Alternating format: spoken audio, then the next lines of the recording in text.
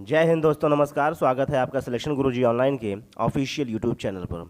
आज हम बात करने वाले हैं हिंदी के प्रमुख 20 क्वेश्चंस जो कि उत्तर प्रदेश पुलिस समेत कई राज्य परीक्षाओं में लगातार पूछे जाते रहे हैं। और ये ऐसे प्रश्न हैं जो कि अग्रिम परीक्षाओं के लिए भी बहुत ही ज़्यादा महत्वपूर्ण हैं। इन क्वेश्चंस के आंसर के साथ साथ इनके एडिशनल फैक्ट्स की भी जानकारी हम लोग करेंगे। और हिंदी के regular videos daily by daily इस चैनल पर पढ़ते रहते हैं। अगर आपको और भी वीडियोस देखने हो तो आप प्लेलिस्ट में जा कर के और भी सारे वीडियोस देख सकते हैं। देर न करते हुए शुरू करते हैं आज का पहला प्रश्न। पहला प्रश्न है, इस समास में पहला पद संख्यावाचक होता है, वो कौन सा है?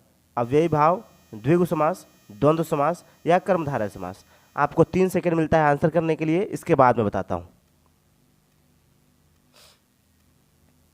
यदि आपने चुना ऑप्शन नंबर बी द्विगु समास, ये द्विंगु नहीं होता है, वो बिंदी गलत लग गया है, द्विगु होता है।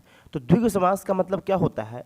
जिस भी शब्द के पहले जब संख्यावाचक शब्द आ जाए तो उसे हम क्या कहते हैं?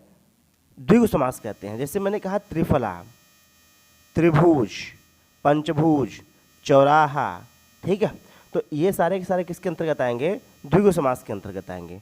कभी कभी क्या होता है कि आपसे कह देता है भाई दशानन, आपने ये प्रश्न उठाया कि भाई दशानन, इसको तो हम बहुव्रीहि समास कहते हैं, इसमें भी तो 10 लगा हुआ है। तो ध्यान दीजिएगा, जब कभी भी द्विगु समास और कर्मधारय समास में कंफ्यूजन जनरेट हो तो आप तुरंत अगर यदि बहुव्रीहि समास ऑप्शन में दिया हुआ हो तो आप बहुव्रीहि समास को क्लिक करेंगे। जैसे चतुर्भुज भी दे दिया, अब चतुर्भुज भी जो है कि बहुव्रीहि समास के अंतर्गत जाएगा और द्विगु में भी जाएगा। लेकिन जब अगर बहुव्रीहि ऑप्शन में आ गया तो आपको बहुव्रीहि पर ही क्लिक करना है, ठीक है। अच्छा, अगला प्रश्न देख लेते, अगला ऑप्शन देख लेते हैं, अव्ययी भाव। अव्ययी भाव क्या होता है? जिसका प्रथम पद अव्यय हो या फिर अव्यय हो या उपसर्ग हो, उसे हम अव्ययी भाव समास कहते हैं। जैसे यथासंभव, यथाशक्ति, भरपेट, है ना, ये सारे अव्ययी भाव के उदाहरण हैं। द्वंद्व समास, जिसमें दोनों पद प्रधान होते हैं, वो द्वंद्व समास कहलाता है। जैसे रुपया पैसा, माता पिता, देवासुर, ठीक है। प्रायः इनके जो है कि समासिक पदों के बीच में योजक चिन्ह लगा होता है, प्रायः, कभी कभी नहीं भी लगा रहता है। जैसे मैंने आपको उदाहरण बताया ना, देवासुर, तो देव और असुर, जिसके अर्थ में और एवं तथा का भाव निकले, वही द्वंद्व समास होता है, ठीक है। कर्मधारय समास, जहाँ विशेषण विशेष्य का संबंध दर्शाया जाता है। जैसे हमने कहा आपसे काली मिर्च, तो काली है जो मिर्च, ठीक है। अभी काली विशेषण है और मिर्च जो है विशेष्य है, तो विशेषण विशेष्य का संबंध जहाँ होता है वो होता है कर्मधारय समास। या फिर उनके जब आप समास विग्रह करते हैं तो वहाँ है जो के समान का भाव निकलता है। यहाँ पे क्या निकलेगा? काली है जो मिर्च, ठीक है। तो ये हो जाएगा कर्मधारय समास। अगर वीडियो पसंद आ रही हो तो लाइक जरूर कर दीजिएगा। चलिए, राजपुत्र में कौन सा समास है? फिर समास से प्रश्न आ गया, तत्पुरुष समास, द्विगु समास, द्वंद्व समास या फिर कर्मधारय समास? 3 सेकंड। यदि आपने चुना ऑप्शन नंबर ए तो बिल्कुल सही जवाब है, राजपुत्र में तत्पुरुष समास है। अब एक बात बहुत ध्यान समझिएगा, जब कभी भी समास का उत्तर देते समय आपको ये लगे कि इसके समस्त पदों का विग्रह करने पर उसमें किसी कारक का प्रयोग हो रहा है, कारक की विभक्ति का, तो फिर समझ लीजिएगा वो तत्पुरुष समास है। जैसे मैंने कहा राजपुत्र, तो इसका विग्रह क्या होगा? राजा का पुत्र, ठीक है। अब राजा का पुत्र हो गया तो इसमें का विभक्ति लगा हुआ है ना। अब का किसका होता है? संबंध कारक का होता है। तो जहां कभी कारक का प्रयोग हो जाए विग्रह में तो 100% मानिए वो कौन सा होगा? तत्पुरुष समास होगा, ठीक है। और तत्पुरुष समास में 6 कारकों का भी प्रयोग कर दिया जाता है। कर्ता कारक और अधिकरण कारक को संबोधन कारक को छोड़ करके, कर्ता और संबोधन कारक को छोड़ करके बाकी 6 कारकों का प्रयोग तत्पुरुष समास में होता है। जैसे अब राजपुत्र है, इसमें कौन सा तत्पुरुष समास है? तो इसमें संबंध तत्पुरुष समास है। क्यों? क्योंकि का के की लग जाता है, ठीक है। अब द्विगु समास मैंने आपको पिछले भी क्वेश्चन में बताया, द्वंद्व बताया, कर्मधारय भी बता दिया, ठीक है। अगले प्रश्न पे फिर प्रश्न रिपीट हो गया शायद। निम्नलिखित में से प्रत्येक 4 विकल्पों में से बेमेल शब्द को चिन्हित कीजिए। मतलब 4 ऑप्शन दिए हैं, बेमेल छांटना है आपको। समस्या, खेद, कठिनाई, जटिलता। 3 सेकंड। यदि आपने चुना ऑप्शन नंबर बी खेद तो बिल्कुल सही जवाब है, क्योंकि समस्या, कठिनाई और जटिलता समान प्रकार के शब्द हैं, जबकि खेद बिल्कुल अलग हो जाता है। अगला प्रश्न, अगला प्रश्न भी इसी से है नहीं, वैसा नहीं है, अलग है।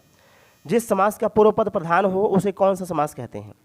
अभी मैंने पहले ही सवाल में आपको बताया, संबंध तत्पुरुष, कर्मधारय, अव्ययी भाव, द्वंद्व। यदि आपने चुना ऑप्शन नंबर सी अव्ययी भाव समास तो बिल्कुल सही जवाब है। जिस समास का पूर्व पद प्रधान होता है उसे अव्ययी भाव समास कहते हैं। पहला जो है कि समास ही अव्ययी भाव होता है। पहले में क्या होता है, पहला पद प्रधान होता है। दूसरा जो होता है कर्मधारय समास, उसमें उत्तर पद प्रधान होता है। अब तीसरा हो जाता है तत्पुरुष, उसमें भी उत्तर पद प्रधान होता है। अब चौथा द्विगु होता है, द्विगु में भी उत्तर पद प्रधान होता है। इसका मतलब अव्ययी भाव में प्रथम पद और कर्मधारय तत्पुरुष और जो है कि द्विगु समास में उत्तर पद प्रधान होता है। अब अगला जो है वो द्वंद्व समास, उसमें दोनों पद प्रधान होते हैं। ठीक है। अब जो लास्ट है छठा बहुव्रीहि समास, इसमें कोई पद प्रधान नहीं होता है, कोई तीसरा ही प्रधान हो जाता है। ठीक है। अगला क्वेश्चन, दिए गए विकल्पों में से निर्गुण भक्ति काव्य के प्रमुख कवि कौन है? अब इसमें निर्गुण भक्ति काव्य का दे रहा है सूरदास, कबीरदास, तुलसीदास या केशव। 3 सेकंड। यदि आपने चुना ऑप्शन नंबर बी तो बिल्कुल सही जवाब है। कबीरदास जी निर्गुण भक्ति काव्य के प्रमुख कवि माने जाते हैं। ये निर्गुण भक्ति धारा के ऐसे कवि थे जो संत होने के बाद भी पूर्णतः गृहस्थ जीवन का निर्वाह किए थे और इन्होंने जाति प्रथा हो गया, धार्मिक कर्मकांड हो गया, बाह्य आडंबर हो गया, मूर्ति पूजा, जप तप, अवतारवाद, इसका बहुत घनघोर विरोध किया और एकेश्वरवाद और निराकार ब्रह्म की उपासना को महत्व दिया था। कबीरदास सही आंसर हो जाएगा। अगला प्रश्न, भारतीय संविधान किस भाषा को राजभाषा के रूप में स्वीकार किया गया? भारतीय संविधान में किस भाषा को राजभाषा के रूप में स्वीकार किया गया? अंग्रेजी, उर्दू, हिंदी या फिर तमिल? 3 सेकंड। यदि आपने चुना ऑप्शन नंबर सी तो बिल्कुल सही जवाब है। जो हिंदी है उसे हमारे भारतीय संविधान में राजभाषा का दर्जा दिया गया है। कहाँ दिया गया भाई, किस अनुच्छेद में? तो 343 क में राजभाषा का दर्जा दिया गया है। और अगर भाग की बात करते हैं तो भाग होता है 17, संविधान के भाग 17 अनुच्छेद 343 क में जो है हिंदी का उल्लेख किया गया है और हिंदी को राजभाषा का दर्जा दिया गया है। और लिपि कौन सी है हमारी भाई? लिपि है देवनागरी। ठीक है, लिपि देवनागरी है। आगे बढ़ते हैं। कामायनी महाकाव्य के रचयिता कौन है? सूरदास, प्रेमचंद, जयशंकर प्रसाद या कबीरदास?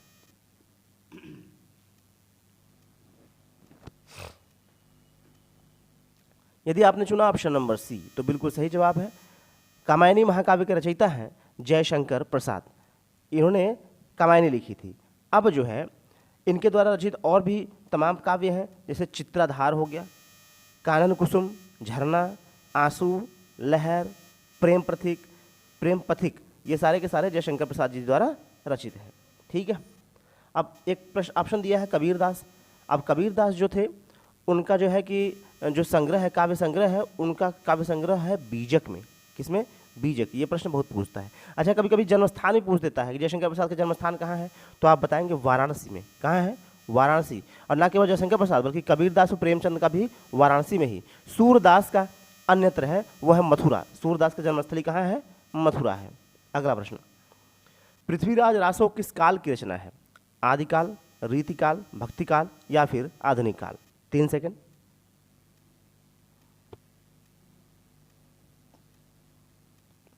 अगर आपने चुना ऑप्शन नंबर ए आदिकाल तो बिल्कुल सही जवाब है। पृथ्वीराज रासो आदिकाल की जो है रचना है और इसको चंद्रबरदाई ने लिखा है। किसने? चंद्रबरदाई। और चंद्रबरदाई ने जो पृथ्वीराज रासो लिखा है, पृथ्वीराज चौहान के जीवन वृत्तांत का वर्णन किया है इसमें। और यह आदिकाल के प्रमुख महाकाव्य है, सबसे बड़ा महाकाव्य है, ये ध्यान रखिएगा। अगला प्रश्न, दिवसावसान का समय मेघमय आसमान से उतर रही है, वह संख्या सुंदरी परीसी धीरे धीरे धीरे। इन पंक्तियों में कौन सा अलंकार है? रूपक, उपमा, श्लेष, मानवीकरण?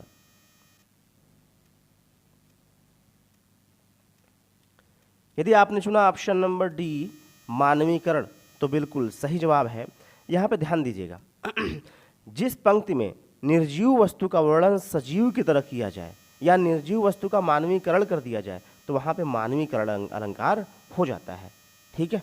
अब दिवसावसान का समय मेघमय आसमान से उतर रही है। अब दिवसावसान का समय जो है वो आसमान से उतर रही है, वह संख्या सुंदरी परी सी धीरे धीरे धीरे। अब यहाँ पे इस समय को जो है कि दिवसावसान समय को जो है कि इन्होंने जीवित कर दिया, सजीव के रूप में प्रेषित किया है, तो मानवीकरण अलंकार हो जाएगा। अगला प्रश्न, हिंदी शब्दकोश में छ क्षत्रिय का क्रम किस वर्ण के बाद आता है? क, छ, त्र, ज्ञ। यदि आपने चुना ऑप्शन नंबर ए तो बिल्कुल सही जवाब है। छ क्षत्रिय वर्ण जो है वो क के बाद आता है। ठीक है, अब जैसे हम अगर कहें आपको गौ किसके बाद आता है तो आप जायज़ सी बात बताएंगे ख के बाद आता है। ख किसके बाद आता है? क के बाद आता है, ऐसे ही आता है ना। अब छ क्षत्रिय तो हम जानते हैं भाई य र ल व ह श ख स ह, य र ल व श ख स ह क्षत्रज्ञ। अब आप कहेंगे ह के बाद छ क्षत्रिय आता है? नहीं, बिल्कुल नहीं, क्योंकि छ क्षत्रिय जो है ना वो आधा क और खटकोड़ श से मिलकर बना होता है। किससे मिलकर बना होता है? आधा क खटकोड़ श। तो क के बाद ही जो है कि छ क्षत्रिय का जो आगमन होता है, इसलिए हम कहते हैं छ क्षत्रिय का क्रम किसके बाद आता है? क के बाद आता है। अच्छा, इससे एक प्रश्न और पूछता है कि छ क्षत्रिय को कैसे तोड़ते हैं? तो आप कहते हैं आधा क और पेटफरुआ स।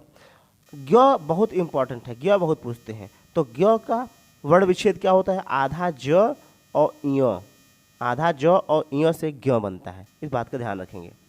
अगला प्रश्न, खग जाने खग की भाषा लोकोक्ति का उचित अर्थ नीचे दिए गए विकल्पों में से बताइए।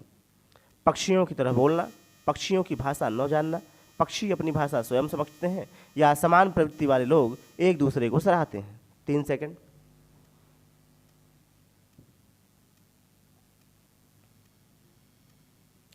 अगर आपने चुना ऑप्शन नंबर डी तो बिल्कुल सही जवाब है। खग जाने खग की भाषा, इसका मतलब पक्षी पक्षी की भाषा जानता है। इस चूंकि लोकोक्ति है तो बिल्कुल शब्दशः सही नहीं होता है, इसका मतलब होता है कुछ। अब मतलब ये है कि भैया जो जैसा रहता है वो उसी की बात उससे उसकी पटती है। समान प्रवृत्ति वाले लोग एक दूसरे को सराहते हैं। ऑप्शन नंबर डी सही हो जाएगा। अगले प्रश्न में सेंटेंस अरेंजमेंट का सवाल आ गया, मतलब वाक्य प्रबंधन का। मतलब पहला एक नंबर और 6 नंबर फिक्स है। अब ये जो बीच में य र ल व है, अब इस य र ल व को आपको फिक्स करना है कौन सा किस स्थान पर आएगा। सेट करते हैं। जिस प्रकार दहकना है उसी प्रकार उसके स्वभाव का मनुष्य का धैर्य अग्नि का धर्म पर्याय होना चाहिए। आपने कहा भाई चलो सेट करने का प्रयास करते हैं। जिस प्रकार दहकना है, नहीं, इसके बाद ये तो सेंटेंस नहीं आ सकता। उसके जिस प्रकार उसके स्वभाव का, ये भी नहीं आएगा। जिस प्रकार मनुष्य का धैर्य, ये हो सकता है। देखते हैं, जिस प्रकार मनुष्य का धैर्य उसके स्वभाव का अग्नि का धर्म, सेट नहीं हो पा रहा है। चलो आगे चलते हैं। जिस प्रकार अग्नि का धर्म दहकना है, मिल गया ना, वो यो। जिस प्रकार अग्नि का धर्म दहकना है उसी प्रकार मनुष्य का धैर्य उसके स्वभाव का पर्याय होना चाहिए। मतलब अग्नि का धर्म वो यो किसमें है भाई? वो यो 2 ऑप्शन में, तो ये तो 2 कर गए अपने आप, वो यो इसमें है नहीं। चलो अब लो रो की रो लो पहले आएगा। अब देखते हैं, जिस प्रकार अग्नि का धर्म दहकना है उसी प्रकार मनुष्य का धैर्य उसके स्वभाव का पर्याय होना चाहिए। मतलब लो रो कहाँ पे है? ऑप्शन नंबर सी में है, तो ऑप्शन नंबर सी बिल्कुल सही हो जाएगा। अगला प्रश्न, अक्ल का दुश्मन मुहावरे का क्या अर्थ है? मित्र, महापंडित, महामूर्ख, शत्रु। 3 सेकंड। अगर आपने चुना ऑप्शन नंबर सी तो बिल्कुल सही जवाब है। अक्ल का दुश्मन का अर्थ होता है महामूर्ख। इसको बताने की जरूरत नहीं है, सभी जानते हैं। वाक्य के अशुद्ध भाग का चयन कीजिए। यदि कोई त्रुटि न हो तो भाग डी को चिन्हित कीजिए। अब देखते हैं, धनवान को व्यर्थ बेकार में सहायता देकर कोई लाभ न होगा। अब व्यर्थ भी आ गया, बेकार भी आ गया, ये तो गलत बात है। तो आपने कहा इसको काट दो, धनवान को बेकार में, या तो फिर बेकार हटा दो, ये सही है, व्यर्थ सही है। धनवान को व्यर्थ में सहायता देकर कोई लाभ न होगा। अगला प्रश्न, दिए गए शब्दों में शुद्ध वर्तनी वाला शब्द बताएं। सर्वोत्तम, सांसारिक, सच्चिदानंद या कीर्ति।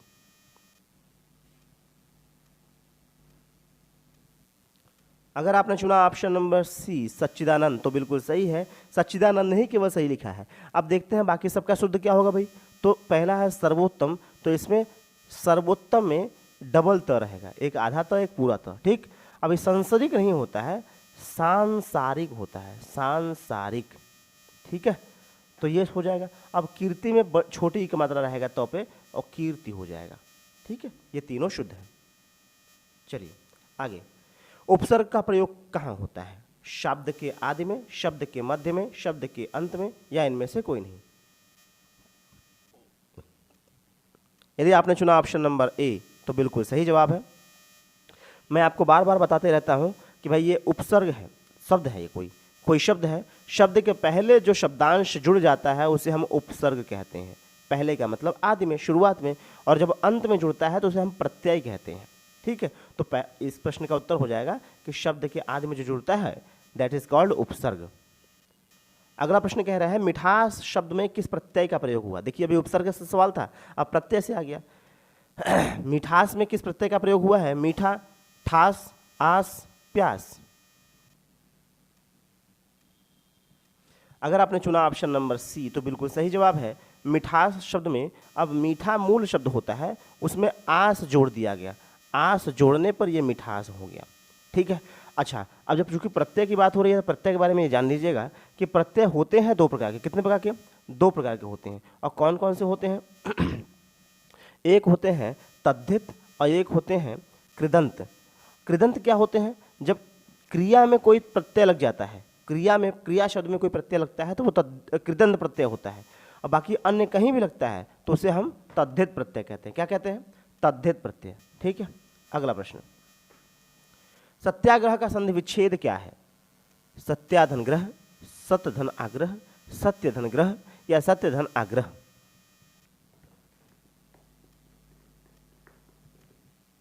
यदि आपने चुना ऑप्शन नंबर डी सत्यधन आग्रह तो बिल्कुल सही जवाब है। यह है दीर्घ संधि का पाठ।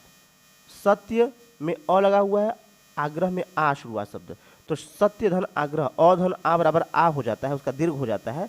समान प्रकार के स्वरों का जब मेल होता है तो वह दीर्घ हो जाता है, तो सत्य धन आग्रह सत्याग्रह हो जाएगा। संधि तीन प्रकार के होते हैं, स्वर संधि, व्यंजन संधि, विसर्ग संधि। स्वर संधि के अंतर्गत 5 पार्ट होते हैं। कौन कौन से? दीर्घ संधि, गुण संधि, यड़ संधि, वृद्धि संधि और अयादि संधि। ठीक है, आगे बढ़ते हैं। अगले प्रश्न में कह रहे हैं दो वर्णों के मेल से होने वाले विकार या परिवर्तन को क्या कहते हैं? संधि, समास, उपसर्ग या प्रत्यय? यदि आपने चुना ऑप्शन नंबर ए संधि तो बिल्कुल सही जवाब है। दो वर्णों के मेल को संधि कहते हैं, लेकिन अगर दो शब्द कह दें तो हम समास कहेंगे उसको।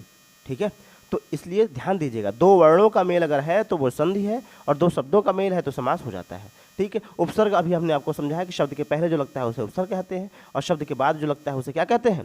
प्रत्यय कहते हैं। ठीक है, यदि आपने पूरा वीडियो देखा है तो आपका बहुत बहुत धन्यवाद। वीडियो अगर पसंद आया हो तो लाइक जरूर ठोक दीजिएगा, अपने दोस्तों के साथ शेयर कर दीजिएगा। चैनल पर नए हैं तो चैनल को सब्सक्राइब जरूर कर लीजिएगा। अगले वीडियो मिलते हैं नए टॉपिक के साथ, नए क्वेश्चंस के साथ।